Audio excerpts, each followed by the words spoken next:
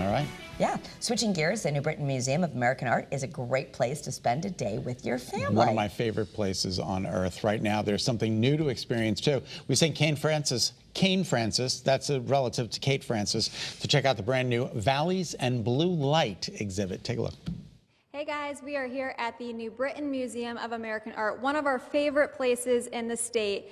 And we have an artist here with us this afternoon to talk about a brand new exhibit, Valleys and Blue Lights. And Fritz Horstman is that artist. Thank you so much for being here. My pleasure, thank you. So your exhibit is fascinating. It's actually visually stunning. You've put a lot of work into this, and the inspiration behind some of the pieces is a trip that you took back in 2016?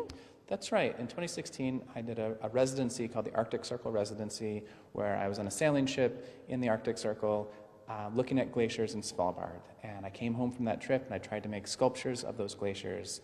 And those sculptures I don't think were so successful, but the forms that I made to hold the glaciers had to be the shapes of the landscape under the glacier, and that was much more interesting to me. So I discarded the failed sculpture and ended up with these sort of cradles that were valleys that the glaciers had formed. And that became very interesting to me, the void that was left by the missing glacier. So certainly there's much to be said there with missing glaciers.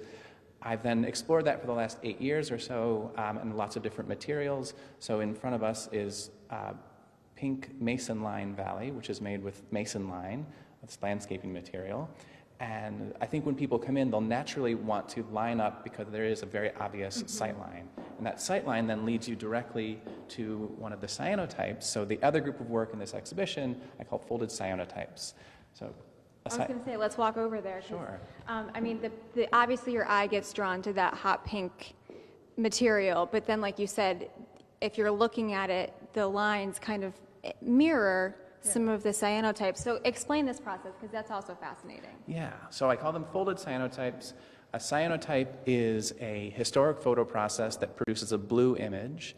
And what I do is I fold paper into very intricate patterns, and I then coat it in cyanotype fluid, refold it, and expose it to sunlight. What the sun touches turns blue, and what the sun doesn't touch turns white. And so in this one that we're coming to here, there's lots of areas of white, and so we can say that there was a lot of shadow in this particular one. Any place that the blue is where sun did touch. And you have to remember that was a three-dimensional object when it was in the sun, but it's now flat. And so it sort of has this memory of its three-dimensionality still in its two dimensions. Right. All of that, I think, is really interesting, and it's part of why I keep doing it, is to see this all happen. But ultimately, it's the image that results is why I'm after it and why I keep making them. Right, and this is a much larger piece.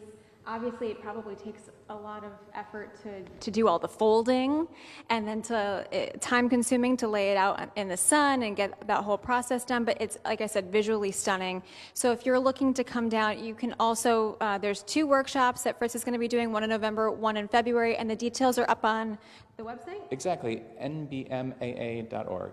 Fantastic. Fritz, thank you so much for walking us through the brand new exhibit, Valleys and Blue Light, here at the New Britain Museum of American Art. Come check it out.